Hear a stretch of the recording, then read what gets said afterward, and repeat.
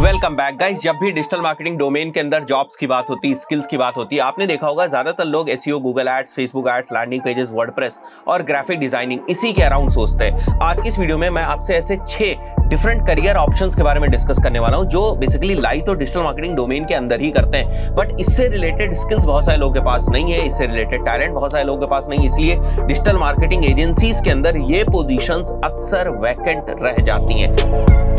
चलिए शुरू करते हैं और समझते हैं कि ये 6 कौन सी डिफरेंट पोजीशंस हैं या करियर अपॉर्चुनिटीज हैं। सबसे पहली जो पोजीशन है that is basically performance marketer की पोजीशन। देखिए, परफॉर्मेंस मार्केटर का ये मतलब नहीं होता है कि आपको गूगल एड्स केवल चलाना आना चाहिए, आपको फेसबुक एड्स केवल चलाना आना चाहिए। परफॉर्मेंस मार्केटर का मतलब होता है कि किस तरीके से आप बेहतर आरओआई की प्लानिंग कर सकते हैं और उसके अकॉर्डिंग किस तरीके से आप अपने कैंपेन्स को क्रिएट करने वाले, राइट। अगर कोई एडवर्टाइजर $1 खर्च कर रहा है मीडिया बाइंग के पॉइंट ऑफ व्यू से, तो किस तरीके से आप उसको $4 का, $5 का जो रिटर्न है वो लाकर दे सकते हैं, किस तरीके से 4x का रिटर्न आप उसको लाकर दे सकते हैं। That is basically performance marketing.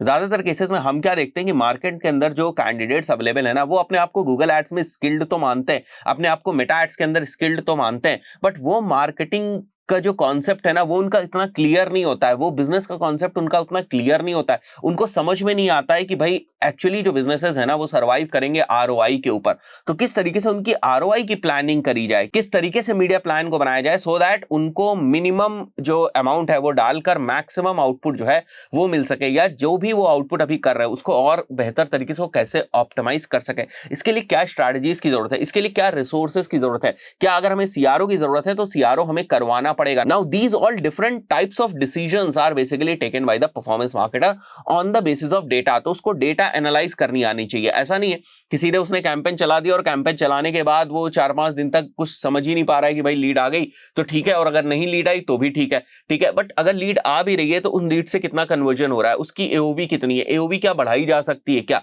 ठीक है, इस तरीके से समझना होगा। क्या अपसेल का पीछे कोई मॉडल है क्या, ऐसे बहुत सारी चीजें होती है जो परफॉर्मेंस मार्केटिंग के अंदर आती हैं। इन सब स्किल्स की आज के टाइम में मार्केट में शॉर्टेज है, आप ये समझ लीजिए, ठीक है। तो अगर आपको डिजिटल मार्केटिंग डोमेन में जाना ही है ना, तो आप परफॉर्मेंस मार्केटिंग के अराउंड अपने आप को तैयार करें, because this is what businesses need, this is what agencies need, कि जितना भी वो एड स्पेंड कर रहे हैं ना उसके अकॉर्डिंग उनको रेवेन्यू मिले, right. So this is a very prominent position जिसके अराउंड स्किल सेट मार्केट में देखने को नहीं मिलता है, ठीक है। बहुत सारे लोग बोलते हैं कि हम परफॉर्मेंस मार्केटर हैं, बट एक्चुअली जब परफॉर्मेंस की बात आती है तो वो उस डायरेक्शन में सोच नहीं पाते। देखिए, इसका कतई ये मतलब नहीं कि एक परफॉर्मेंस मार्केटर इस चीज की हमेशा गारंटी ले लेता है कि नहीं नहीं ठीक है भाई, हम कैंपेन्स को रन करने वाले हैं, हम परफॉर्मेंस मार्केटिंग करने वाले हैं, विच means that will give you better ROI या आरओएस। ऐसा नहीं है। देखिए, बहुत सारे केसेस में ना बिजनेसेस ही वैसे नहीं होते जहां पर परफॉर्मेंस आ सके, राइट। प्रोडक्ट मार्केट फिट ही नहीं होता है, तो उस केस में परफॉर्मेंस मार्केटर कुछ नहीं कर सकता, राइट। वहां पर फाउंडर्स का काम है कि वो अपने प्रोडक्ट्स में थोड़े से मॉडिफिकेशंस वगैरह करें, but that is also something जो परफॉर्मेंस मार्केटर ही फिगर आउट करता है एक बार कि ठीक है, प्रोडक्ट मार्केट फिट नहीं है, इसमें हमने बहुत सारी चीजें टेस्ट कर ली, it is not working, which means that या तो लोगों को इस प्रोडक्ट की डिमांड नहीं है या तो कहीं पर कुछ ना कुछ तो गड़बड़ जरूर है, right. So this is also something जो बेसिकली परफॉर्मेंस मार्केटर ही निकाल के लाता है। सेकंड जो पोजीशन है that is business development manager. बहुत इंपॉर्टेंट पोजीशन। हर डिजिटल मार्केटिंग एजेंसी को, हर बिजनेस को नए क्लाइंट्स चाहिए। सो नए क्लाइंट्स के लिए क्या क्या डिफरेंट डिफरेंट ऑप्शंस हो सकते हैं। हम एड्स तो रन कर रहे हैं, एड से हम जो लीड्स हैं उनको जनरेट कर रहे हैं। अब जो है लीड्स ना, उनके लिए किस तरीके से प्रॉपर मीटिंग जो है वो शेड्यूल होंगी, किस तरीके से उनको जो प्रपोजल है वो जाएगा, प्रपोजल के बाद जो है नेगोशिएशंस वगैरह अगर हो रहे हैं, ऑब्जेक्शन हैंडलिंग हो रही है तो वो किस तरीके से होगी, सेल्स किस तरीके से मैनेज करी जाएगी। All these things are taken care by the BDM, that is business development manager. So again it's a very very very important position, और बहुत सारी एजेंसीज आज भी स्ट्रगल करती हैं अच्छे बिजनेस डेवलपमेंट मैनेजर के पॉइंट ऑफ व्यू से, right. So this is again one position जिसमें आप जो है वो जा सकते हैं।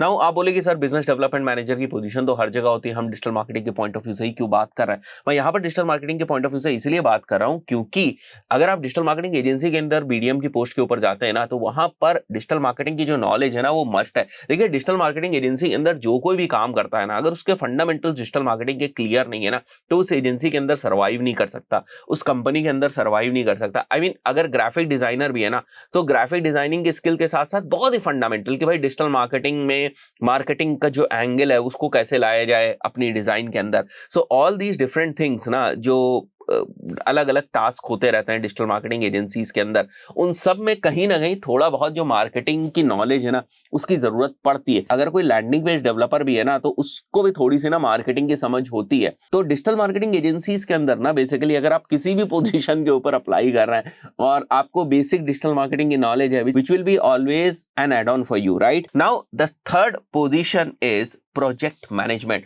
This is again a very important thing कि भाई एक प्रोजेक्ट जो किसी भी डिजिटल मार्केटिंग एजेंसी के अंदर आता है, उस प्रोजेक्ट की जो ग्रोथ की ट्रैजेक्टरी है वो आपको किस तरीके से बनानी है। फाइन, किस तरीके से आपका जो प्लान है वो बनाने वाले हैं, किस तरीके से आप डिफरेंट डिफरेंट टीम्स के साथ या डिफरेंट डिफरेंट जो आपके लोग हैं जो उस प्रोजेक्ट के ऊपर काम करेंगे उनको किस तरीके से आप टास्क दे रहे हैं, ठीक है, किस तरीके से डेडलाइन जो है वो डिसाइड कर रहे हैं, किस तरीके से आप क्लाइंट से कम्युनिकेट कर रहे हैं, राइट? ये सारी जो चीजें हैं ना, these things are taken care by the project manager, so the one who handles और responsible for the entire project. ठीक है, उसके अंदर एसईओ भी हो रहा होगा, गूगल एड्स, फेसबुक एड्स भी हो रहा होगा, बहुत सारी चीजें हो रही होंगी, राइट? सो प्रोजेक्ट मैनेजर का काम होता है कि उन सारी चीजों को जो है वो इंटैक्ट रखना और हर एक डिपार्टमेंट की परफॉर्मेंस को इवेल्युएट करना और उसके बेसिस पे जो है वो आगे फर्दर जो स्ट्रैटेजीज हैं उनको बनाना और बनाने के साथ उनको डिप्लॉय करना या उनको अपनी टीम मेंबर्स से बनवाना। So this is again a very very important position जो कभी भी किसी भी एजेंसी को स्केल करने में ना प्रोजेक्ट मैनेजर का बहुत बड़ा रोल होता है। क्योंकि जो जॉब में नीचे के बंदे होते हैं ना, जैसे जो फॉर एग्जांपल एग्जीक्यूटिव्स हैं, कोई एसईओ वाला बंदा है, कोई मेटा एड्स का बंदा है, कोई गूगल एड्स का बंदा है ना, उनके डायरेक्ट इंटरेक्शंस क्लाइंट से नहीं हो रहे होते हैं, राइट? और अगर आपको अपने नंबर ऑफ क्लाइंट्स बढ़ाने हैं ना तो आपके जो प्रोजेक्ट मैनेजर वाले पिलर्स होते हैं ना उनको आपको और ज्यादा स्ट्रेंथन करना पड़ेगा और आपको बेहतर जो प्रोजेक्ट मैनेजर्स है ना उनकी आपको जरूरत पड़ने वाली है। बेहतर प्रोजेक्ट मैनेजर्स की इसलिए आपको जरूरत पड़ने वाली है क्योंकि आपको चाहिए इस टाइप के बंदे ना जो एक साथ ना 7-8 प्रोजेक्ट्स को लीड कर सकें। फाइन, सो एक प्रोजेक्ट मैनेजर जो है कुछ प्रोजेक्ट्स को लीड करेगा, फिर दूसरा प्रोजेक्ट मैनेजर कुछ प्रोजेक्ट्स को लीड करेगा। सो इस तरीके से यू बेसिकली क्रिएट टीम्स और उन टीम्स को जो बेसिकली लीड करता है वो आपका प्रोजेक्ट मैनेजर या टीम लीड भी बोल सकते हो आप, ठीक है, या फिर प्रोजेक्ट मैनेजर भी बोल सकते हो। तो वो उनको लीड करता है। तो जितनी ज्यादा आपकी टीम्स होंगी ना उतने ज्यादा आप प्रोजेक्ट्स को मैनेज कर पाएंगे, ठीक है। बट उन टीम्स को मैनेज करने के लिए भी आपको प्रोजेक्ट मैनेजर्स की जरूरत पड़ती है। So this is again a very very very important position जिसके बारे में ज्यादातर लोग जो है वो बात नहीं करते। बट एक और चीज है कि ये पोजीशन ऐसी नहीं है कि किसी फ्रेशर के लिए होगी, काफी एक्सपीरियंस के बाद आप इस पोजीशन के ऊपर पहुंचते हो। पर द पॉइंट इज कि आज के टाइम में भी बहुत सारी एजेंसीज को अच्छे प्रोजेक्ट मैनेजर जो है वो नहीं मिलते। And then there is cold email expert. देखिए, चाहे हम वो किसी सॉफ्टवेयर कंपनी की बात करें, चाहे वो डिजिटल मार्केटिंग एजेंसीज की बात करें, नए क्लाइंट्स किसी को बुरे नहीं रखते हैं, right? So I have seen कि बहुत सारी एजेंसीज के अंदर इस टाइप से बहुत सारी टीम्स काम करती हैं जो कोल्ड ईमेल्स करती हैं, राइट? अब अगेन कोल्ड ईमेलिंग का पूरा प्रॉपर एक इकोसिस्टम है कि आपको कुछ जो है वो डोमेन्स चाहिए होंगे, डोमेन्स के बाद आपको कुछ ईमेल सीक्वेंसेस बनाने होते हैं, उसके बाद आपको ईमेल चाहिए होते हैं। सो ईमेल्स स्क्रैप करने का, ईमेल्स लेने के बहुत सारे मार्केट के अंदर डिफरेंट डिफरेंट टूल्स हैं। फिर ईमेल सीक्वेंसेस जो आप बनाते हैं उन ईमेल्स को आप फायर करते हैं, राइट? तो उसके लिए बहुत सारे डिफरेंट डिफरेंट टूल्स होते हैं, राइट? एक साथ आप सारे ईमेल्स नहीं फायर कर सकते, तो ईमेल्स को पहले आपको वार्म अप करने की जरूरत होती है, तो उसके भी डिफरेंट टूल्स होते हैं। ये सारा मतलब एक पूरा एक इकोसिस्टम है ऑफ ईमेल मार्केटिंग। सो बहुत सारी कंपनीज के अंदर जो कोल्ड ईमेल्स होते हैं ना वो बहुत जबरदस्त बिजनेस जो है वो लेकर आते हैं और आज भी बहुत सारी कंपनीज जो है वो कोल्ड ईमेल्स के ऊपर डिपेंड करती हैं और इवन वहां से रिजल्ट्स भी लेकर आती हैं। तो this is again a position जिसके बारे में बहुत सारे लोग बात नहीं करते हैं, but it's a very important position.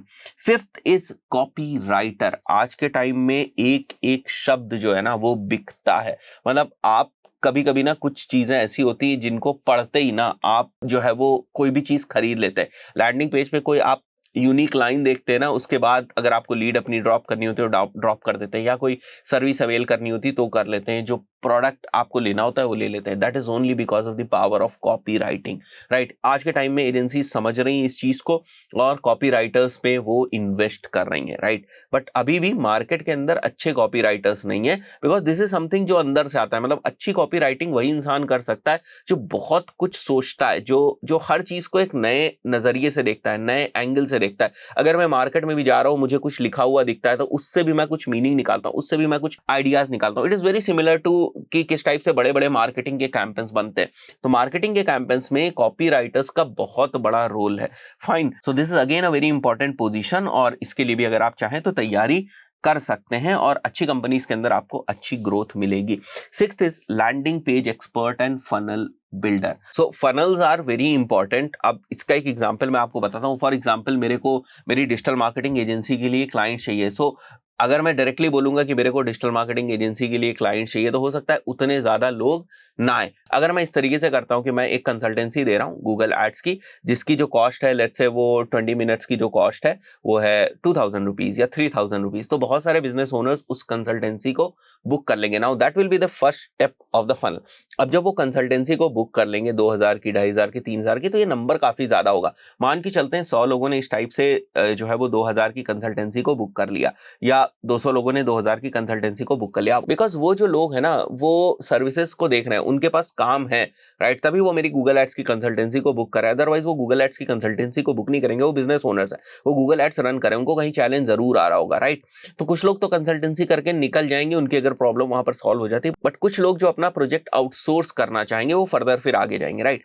सो अगर कोई भी पर्सन हमारी कंसल्टेंसी को बुक करता है, उसके बाद उसको किस टाइप से लैंडिंग पेजेस के ऊपर लेकर जाना है, उसको किस टाइप से हमारी सर्विसेज को पिच करना है, उसको किस टाइप के ऑफर्स वगैरह हम लोगों को दिखाने, वो सारी चीजें है ना, वो भी एक फनल एक्सपर्ट जो है वो बनाता है, ठीक है। तो यहां पर पहला स्टेप तो हमारा ये हो गया था कि हमने उसको एक लो टिकट की जो सर्विस है बेची, उसके बाद हम उसको हाई टिकट की सर्विस बेच रहे हैं। कई बार ऐसा भी होता है कि फनल के अंदर 3-4 स्टेप्स होते हैं, 2000 की सर्विस, फिर 10,000 की सर्विस, फिर 20,000 की service. Now this is something which is basically called as a funnel. So funnel also plays an important role in scaling a business, because अगर आपकी कोई हाई टिकट सर्विस है, तो ऐसा नहीं कि डायरेक्टली आप हाई टिकट की सर्विस जो है वो मार्केट में लेकर आ जाएंगे, बहुत ही मुश्किल होता है। अगर आपकी अथॉरिटी वगैरह नहीं है तो उसको सेल कर पाना। ऐसे में फनल्स बहुत ही इंपॉर्टेंट रोल प्ले करती है। आपने वेबिनार फनल देखी होगी, बहुत ही कॉमन है, राइट। आपने बहुत सारे एड्स देखे होंगे जहां पर लोग 99 रुपीज का, 199 रुपीज का, 9 रुपीज का जो वेबिनार है वो करते हैं, फिर वहां से उसको सेल करने की कोशिश करते हैं। Now this is also an example of the funnel. इसी तरीके से फॉर एग्जांपल मैं आपको हमारे गूगल एड्स कोर्स के ऊपर लेकर आता हूं, और गूगल एड्स कोर्स के नीचे ही हम एक और वहीं पर जो है वो अपसेल करते हैं कि भाई गूगल एड्स कोर्स जो लोग ले रहे हैं, और ये हमारा मेटा का भी कोर्स जो है वो 5000 रुपए का है, मेटा एड्स का, वो ले सकते हैं, तो उनको केवल 3000 रुपए ही देने पड़ेंगे।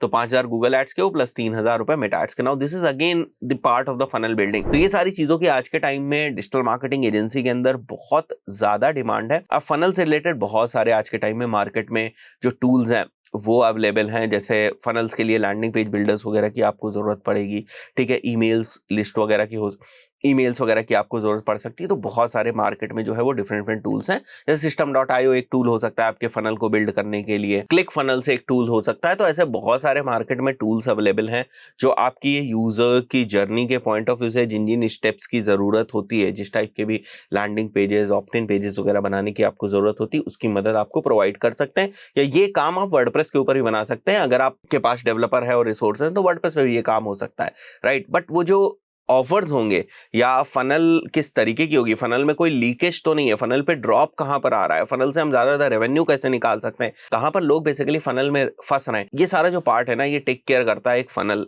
एक्सपर्ट।